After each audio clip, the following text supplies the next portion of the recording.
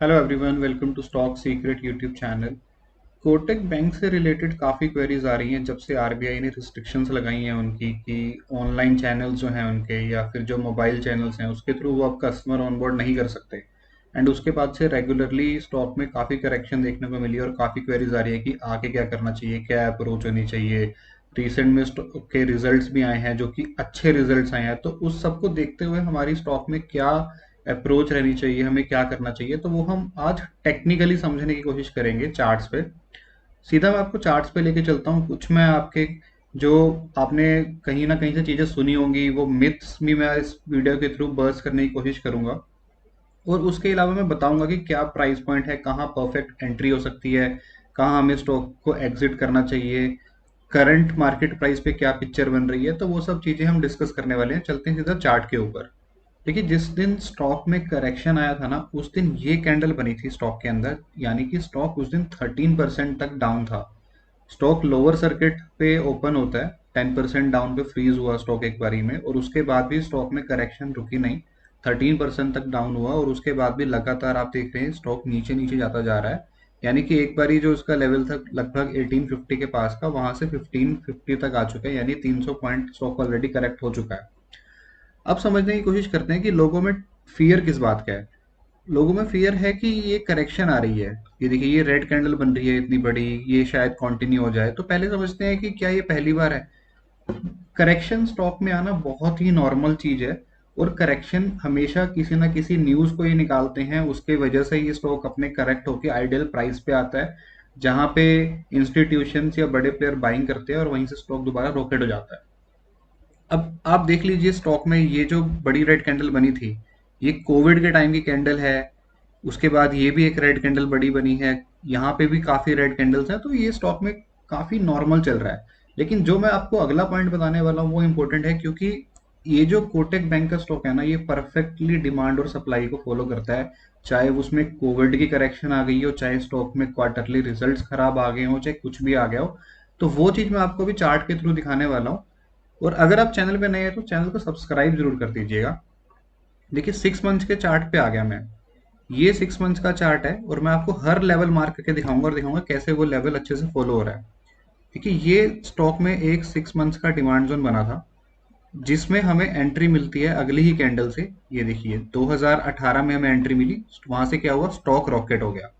उसके बाद ये डिमांड जोन जो था ये हटा देता हूं मैं, ये चल गया हमारा डिमांड जोन। अगला डिमांड जोन बना ये वाला, ये डिमांड जोन बना अगला हमारा, जिसमें हमें कोविड के टाइम पे एंट्री मिली और काफी डीप तक। देखिए, डिमांड जोन परफेक्ट रिस्पेक्ट हुआ, चाहे कोविड की ही सेलिंग क्यों नहीं थी। वहां से क्या हुआ, स्टॉक दोबारा रॉकेट हो गया। मतलब, अगर कोविड की सेलिंग रुक सकती है इस स्टॉक में, तो जो ये न्यूज है जो अभी आई है वो एक टेम्परेरी सेटअप है। उसमें कंपनी भी स्टेटमेंट दे चुकी है और वैसे भी जो डिफरेंट बैंक्स हैं उनके पास हमेशा चीजों के वर्क अराउंड रहते हैं। यानी कि एक और तरीका है यहाँ पे कि स्टॉक को अपने आइडियल प्राइस पे लाया जाएगा और वहां से स्टॉक ऑल टाइम हाई ऐसा लगा सकता है, ऐसा मेरा मानना है, ऐसा मुझे चार्ट बता रहा है। देखते हैं दोबारा। ये जोन प्लेड आउट हो गया हमारा, तो ये जोन मैं अभी रिमूव कर देता हूँ करंटली। और उसके बाद देखिए, अभी जो स्टॉक है, ये कहीं ना कहीं जो ये यहाँ पे नया डिमांड जोन बना है, ये नया डिमांड जोन के अंदर ही ऐसा लग रहा है कि स्टॉक एंट्री देने वाला है, जैसे कि हमारी अभी करंट मार्केट प्राइस से सेलिंग आ रही है। इस जोन को मार्किंग कैसे करनी है इसको मैं और छोटे टाइम फ्रेम पे बताता हूँ आपको जाके। लेट्स से मंथली के टाइम फ्रेम पे चलते हैं। तो यही जोन था वहां पे जहां से सेलिंग आ रही थी, तो मैं इसको मार्क कर लेता हूँ एक बारी के लिए। ये मैंने एक डिमांड जोन मार्क कर लिया। अभी स्टॉक का करंट प्राइस इस जोन से दूर है। इसको फर्दर रिफाइन करते हैं। देखिए, अभी क्या है ना, इसको अगर हम यहाँ डायरेक्ट एंट्री और एग्जिट लेंगे तो स्टॉप लॉस थोड़ा सा बड़ा है, 13.5% का है, बहुत बड़ा नहीं है, बट स्टिल क्या हम इसे और छोटा कर सकते हैं। तो उसके लिए हम जाएंगे अभी वीकली के टाइम फ्रेम पे, वहां जाके देख लेते हैं। वीकली के टाइम फ्रेम पे मुझे एक चीज पता लग गई कि मैं यहाँ पे एक वीकली का एक डिमांड जोन बन रहा है, तो मैं इसको मार्क कर लेता हूँ। तो मुझे ये समझ में आ गया कि मेरी एंट्री ना, एग्रेसिव एंट्री 1420 के आसपास की बजाय 1383 के आसपास हो सकती है। और मैं शायद अपना, क्योंकि मैं अगर इसमें लॉन्ग टर्म इन्वेस्टमेंट कर रहा हूँ, तो मैं इसके नीचे यहाँ पे 1200 के आसपास इसका स्टॉप लॉस रख के इसमें ऑल टाइम हाई के लिए बना रह सकता हूँ। कोटक महिंद्रा बैंक एक बहुत बढ़िया बैंक है, इसका निफ्टी बैंक के अंदर भी एक अच्छा स्टेक है। तो यहाँ से डेफिनेटली एक लॉन्ग टर्म होल्डिंग के लिए इसमें स्टॉक को लॉन्ग टर्म पोर्टफोलियो में ऐड किया जा सकता है इस करंट लेवल पे। और मैं आपको चार्ट पे प्रूव भी कर चुका हूँ कि कैसे इसमें हर लेवल रिस्पेक्ट होता है। अभी जो फॉलो अप लेवल है, और इसमें देखिए आप 6 मंथ्स का EMA 20 का भी सपोर्ट है, जो कि अपने आप में ही बहुत ज्यादा पावरफुल है। अगर डिमांड जोन ना भी होना तो EMA 26 मंथ्स के टाइम फ्रेम वाला अपने आप में ही स्टॉक को लाइफ टाइम हाई पहुंचा सकता है। अब हमें ये तो पता लग गया कि यहाँ पे अगर हमें स्टॉक अगर मिलता है तो हमें इसके अंदर डेफिनेटली एंट्री बना लेनी है। लेकिन कुछ इंपॉर्टेंट पॉइंट्स और भी हैं जो करंट मार्केट प्राइस पे बन रहे हैं, जो मैं डिस्कस करना जरूर चाहता हूँ आपसे। देखिए, स्टॉक जब यहाँ पे करेक्शन हुई है ना इसके अंदर न्यूज आने के बाद, तो अभी ये 1546 पे है। और 1546 पे एक इंटरेस्टिंग हमारे पास डिमांड जोन का फॉर्मेशन है, जो कि मैं आपको चार्ट पे जाके दिखाता हूँ।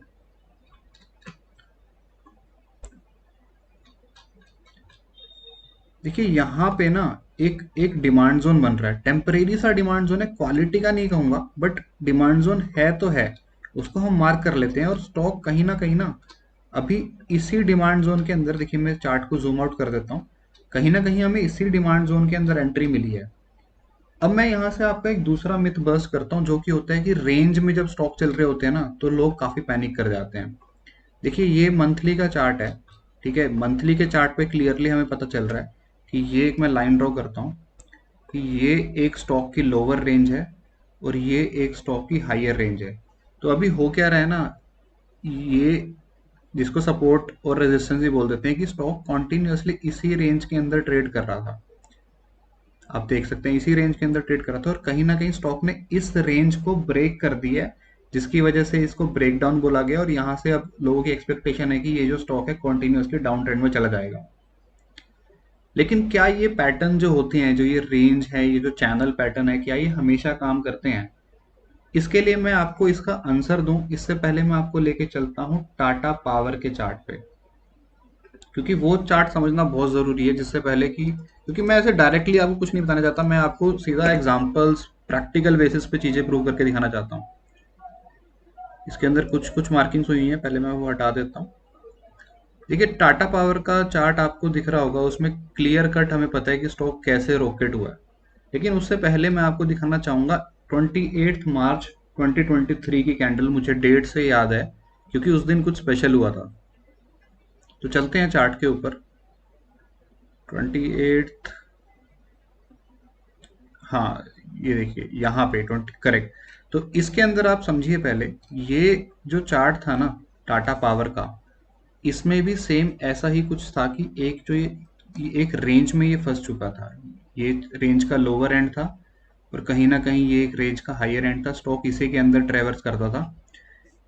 इस कैंडल को अगर आप देख रहे हो 20 जून की, इस कैंडल ने एक तरीके से इस जो रेंज थी उसके नीचे क्लोजिंग दी। और वो क्लोजिंग जो दी, वो जो चैनल ब्रेकडाउन था वो सरवाइव नहीं हुआ। वो क्यों नहीं सरवाइव हुआ, उसका रीजन था कि यहाँ पे एक टेम्परेरी सा डेली पे डिमांड जोन था। इस डिमांड जोन के अंदर एंट्री मिली, लगभग स्टॉक 190 से 250 के करीब चला गया, यानी कि 25 to 30% का अपमूव इसी टेम्परेरी जोन ने हमें दे दिया। तो ये पावर होती है डिमांड जोन और सप्लाई जोन की। यहाँ पे लोगों को सिंपल ट्रैक किया जाता है कि ये चैनल ब्रेकडाउन हुआ, ये रेंज ब्रेकडाउन हुई, यहाँ से स्टॉक नीचे जाएगा, ऐसा नहीं होता है।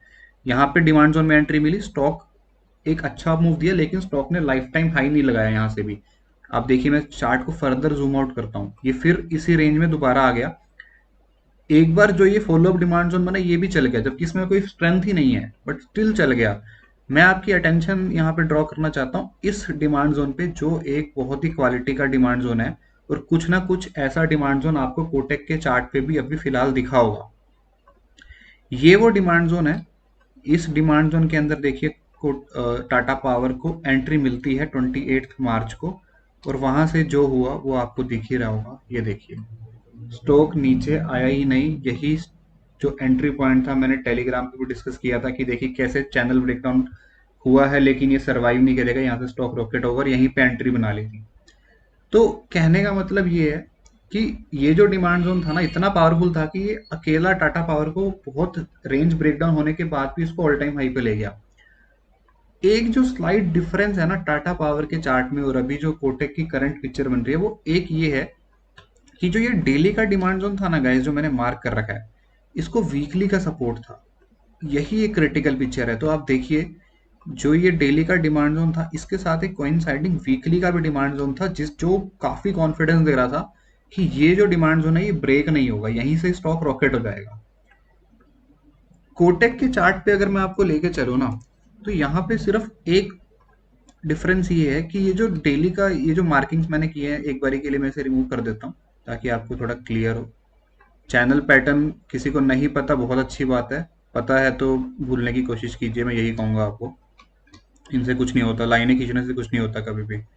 दूसरा देखिए, ये जो डेली का डिमांड जोन है ना, जो हमने मार्क किया था, वीकली का यहाँ पे ऐसा कुछ ग्रेट सपोर्ट नहीं है इसको।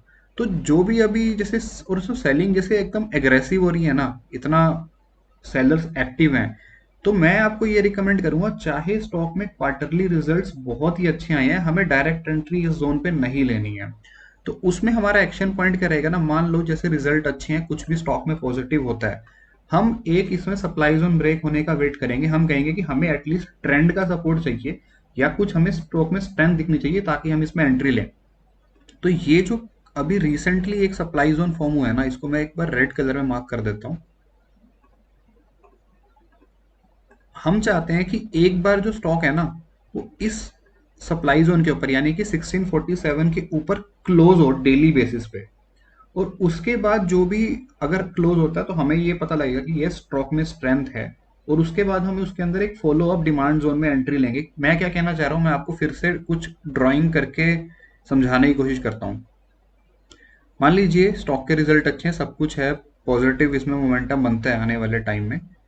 तो एज्यूम कीजिए कि ऐसे एक ग्रीन कैंडल बनती है, ठीक है, एंड उसके बाद मान लो ऐसा कुछ स्टॉक में फॉलो अप मोमेंटम बनता है, और यहाँ पे मान लीजिए ऐसे हमें एक दिन आने वाले टाइम में स्टॉक के ऊपर 1647 1648 के ऊपर हमें क्लोजिंग मिल जाती है डेली के चार्ट पे। 5 10 15 मिनट के चार्ट की मैं बात नहीं कर रहा हूँ, डेली के चार्ट पे हमें ये क्लोजिंग मिलनी चाहिए। ऐसे अगर हमें क्लोजिंग मिलती है ना, उसके बाद हम वेट करेंगे कि कब जो ये स्टॉक है ना, यहाँ से थोड़ा सा करेक्ट होके इस डिमांड जोन के अंदर हमें एंट्री दे। यहाँ हमारी एंट्री रहेगी इस वाले पॉइंट पे, और इस डिमांड जोन के नीचे हमारा स्टॉप लॉस रहेगा। यहाँ से हम लॉन्ग हो सकते हैं। यहाँ पे स्टॉक सीधा ये ऑल टाइम हाई का जो ये लेवल, ऑल टाइम हाई नहीं, जहाँ से करेक्शन है ये एक बार वहां पे रुकेगा, और वहां से ये स्टॉक ऑल टाइम हाई लगाएगा। मैंने आपको लॉजिक के साथ बताया, अगर इस डेली के डिमांड जोन को वीकली मंथली किसी का भी सपोर्ट होता ना हायर टाइम फ्रेम का, हम इसमें ब्लाइंडली भी एंटर कर सकते थे छोटे स्टॉप लॉस के साथ, कोई प्रॉब्लम नहीं थी, बिकॉज सेलिंग बहुत अग्रेसिव आ रही है, और इस हमें ट्रेंड का सपोर्ट नहीं है, और इस जो न्यूज़ है जैसे एग्रेसिव सेलिंग है, काफ़ी पैनिक है, तो इसी में हम एक एक्स्ट्रा कंफर्मेशन लेके चल रहे हैं बिफोर हम इसमें एंट्री कर सके। तो मैंने अपनी समझ के हिसाब से आपको सारे लेवल बताए हैं कि करंट मार्केट प्राइस पे हमें क्या करना चाहिए, और उसके बाद मैंने आपको एक बेस्ट का बेस्ट लेवल भी दे दिया जहाँ पे डेफिनेटली एक एंट्री बनाई जा सकती है, वो ये वाला है, नीचे वाला लेवल है। तो ये मेरे कोटक बैंक पे व्यूज थे कि करंट मार्केट प्राइस पे या इन्वेस्टमेंट के लिए कौन सा लेवल बेस्ट है। आप प्लीज़ अपनी समझ से काम कीजिएगा, मैं सेबी रजिस्टर्ड नहीं हूँ, चार्ट रीडिंग जो है ये मेरी समझ से है। बट आई होप आपको कुछ ना कुछ सीखने को मिला होगा। मैंने अपनी तरफ से आपको डिफरेंट चार्ट्स वगैरह वगैरह समझा के भी दिखा के भी एक्सप्लेन करने की कोशिश की है। तो आई होप वीडियो अच्छा लगा होगा। प्लीज़ अगर अच्छा लगा तो आप सब्सक्राइब कर दीजिएगा, अपने फ्रेंड्स के साथ भी शेयर कर सकते हैं, वीडियो को लाइक भी कर सकते हैं, फ्री है सब कुछ। तो thank you so much, will meet in the next video.